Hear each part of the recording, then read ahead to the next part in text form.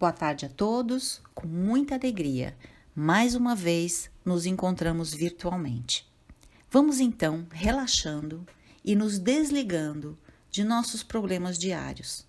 Vamos nos conectando mental e espiritualmente para nos ligarmos às equipes espirituais do Lar de Jesus e darmos início ao tema de hoje. E que tema, hein? Hoje é dia 2 de novembro. É o dia que em nosso país foi designado como Dia de Finados, dia no qual nós nos dedicamos a nos lembrar e a honrar nossos entes queridos que já partiram para a pátria espiritual. Nosso tema faz referência à morte. Então nós vamos iniciar com a leitura de uma mensagem enviada pelo Espírito Rosângela, psicografada por José Raul Teixeira. Seu título é A Borboleta. Parece uma nota de leveza de estender-se na pauta do dia, a elegante borboleta. Trespaça os ares, sobrevoa o prado, beija as flores farfalhantes e dribla o vento apressado e irreverente. No seu voo suave e azulíneo, como se for uma pétala a voejar, balançando no espaço sobrepaira o espelho plácido dos lagos, quando baila em meio a gotículas que se desprendem das quedas d'água. Seu matiz é mensagem de alegria, sua liberdade é um convite à paz. Contudo, dias antes de mostrar-se tão bela e faceira, não passava de larva rastejante no solo úmido ou escondida na casca apodrecida de algum tronco relegado. Jamais sonharia com o beijo do sol e dependia de alimento tomado aqui e acolá nas ramagens dadivosas, desconhecendo as corolas cromadas e a doçura dos néctares de que ora se serve. Era lagarta, hoje é borboleta. Quando você for constrangido a acompanhar com lágrimas aquele afeto que se despede das refregas do mundo, rumando para o mais além, tente não lastimar por costume refletido. Faça esforços para não desesperar. A vida não se resume num punhado de matéria que entrará em dissociação. Nem será a vida a conjunção de episódios marcantes ou insignificantes, promotores de esparsos sorrisos e rios de pranto. O destino dos que estão na vida acanhada do mundo é a vida na amplidão. Mesmo com dores na alma, despeça-se do coração querido, com suave até logo, porque todos que se arrastam no terreno lodacento das experiências humanas deverão, a seu tempo, converter-se em seres vivazes, aplanarem altivos sobre as ondas agras das vicissitudes terrenas, no fulgurante voo da imortalidade, como as borboletas, a liberdade, enfim. Bonito, né? Mas os estudos científicos sobre o estresse identificam que a perda de um ente querido é um dos fatos mais perturbadores da vida cotidiana. E é natural que seja assim, pois a morte de seres queridos sempre transtorna os nossos sentimentos. Num primeiro momento é o choque, a surpresa, depois a gente tem o desencanto, a dor intensa, a não aceitação, a revolta, o desespero e, para alguns, até mesmo a apatia. No entanto, a morte, ela não é um fato isolado e inesperado. Ela é consequência da vida. E apesar de racionalmente sabermos que basta estarmos vivos para morrermos, os nossos sentimentos eles teimam em não aceitar o fato. E por quê? Porque nos é insuportável a ideia da morte. Uma visão materialista da vida, ou mesmo uma visão religiosa assim mais clássica, mais tradicional, podem intensificar os sentimentos de tristeza, de dor e de revolta, porque nos trazem a perspectiva da morte como o fim de tudo. Ou ainda, nós temos a morte como a condenação de uma eternidade, ou no paraíso, ou no inferno. E esses conceitos, eles não suavizam o sofrimento de quem fica, porque não consolam de uma maneira real e profunda. Fica sempre um vazio que as palavras não preenchem, não confortam, ou mesmo o desespero de saber que um ente querido foi condenado ao inferno para sempre.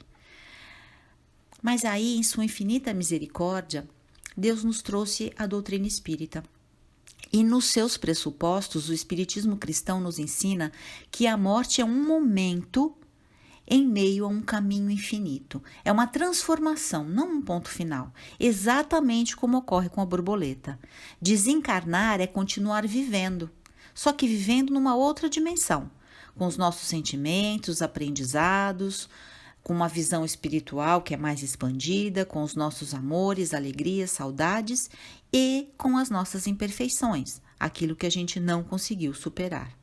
O Espiritismo nos traz uma mensagem que consegue amenizar as angústias relacionadas à morte, né? Porque nos seus preceitos básicos, a informação é que somos todos almas imortais e que aqueles que se amam tornam a se reencontrar, seja no mundo espiritual ou mesmo no mundo físico, em novas experiências do corpo. Então, mais uma vez, a morte nada mais é do que a finalização de um ciclo e a passagem para um estado multidimensional, ou seja, para o mundo espiritual. E conhecer esse fato nos conforta e nos ajuda a superar a perda temporária dos nossos entes queridos. Isso não quer dizer que o sofrimento acabe ou que a saudade pare, mas nos traz esperança. O amor de Deus não quer e nunca vai permitir que os sentimentos nobres se percam em razão de uma ausência, em razão de uma separação, que é temporária. Esse conforto tão esperado por quem sofre, essa dor da separação, ele vem através da sustentação, da serenidade e do equilíbrio que a submissão nos fornece. Que submissão? Submissão à vontade de Deus. Diante da morte, é imprescindível que a gente não se deixe envolver em intermináveis questionamentos, como se a gente estivesse pedindo contas a Deus do porquê aquilo aconteceu. É fundamental aceitar o inevitável, considerando que acima da nossa vontade prevalecem a sabedoria e a vontade de Deus, que sempre nos proporciona as experiências de que mais necessitamos para prosseguirmos as nossas jornadas evolutivas. E a saudade, hein? O que a gente faz com ela? A saudade é um sentimento natural.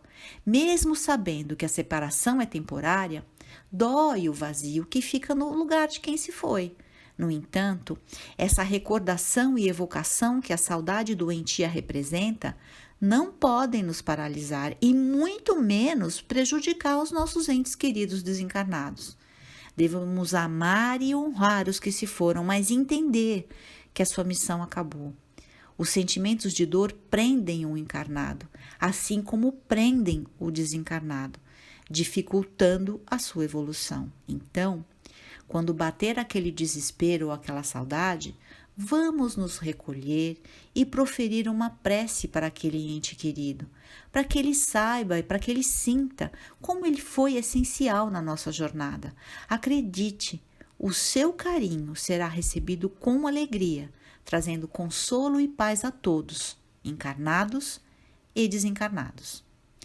Só para encerrarmos, eu gostaria de trazer a percepção da escritora gaúcha Lia Luft sobre o tema, sobre a morte. Ela, a morte, é o olho que nos contempla sem dormir, a voz que nos convoca e não queremos ouvir, mas pode nos revelar muitos segredos. O maior deles há de ser: a morte torna a vida tão importante. Porque vamos morrer, precisamos hoje dizer que amamos, fazer hoje o que desejamos tanto, abraçar hoje o filho ou o amigo. Temos de ser decentes hoje, generosos hoje. Devíamos tentar ser felizes hoje. Então, viver bem a vida pode nos ajudar a encarar melhor a morte. E agora, finalizando o nosso encontro, vamos mobilizando nossos melhores sentimentos e vamos vibrar com muito amor pelo planeta Terra, para que o bom senso e a razão prevaleçam em nosso planeta. Vamos pedir pela paz na Terra, paz em nosso Brasil, para que nossos governantes atuem com responsabilidade e humanidade. Vamos vibrar pelo lar de Jesus para que essa casa se mantenha como um farol de luz. Vamos vibrar pelos assistidos e pelos nossos entes queridos, hoje, especialmente pelos que já desencarnaram. Mentalmente, vamos entregar-lhes suas flores preferidas, para que junto com elas recebam todo o nosso amor e gratidão. vamos vibrar pelos nossos lares e, por fim, por nós mesmos. Que não nos faltem coragem e força para seguirmos nossos caminhos em direção ao progresso, graças a Deus.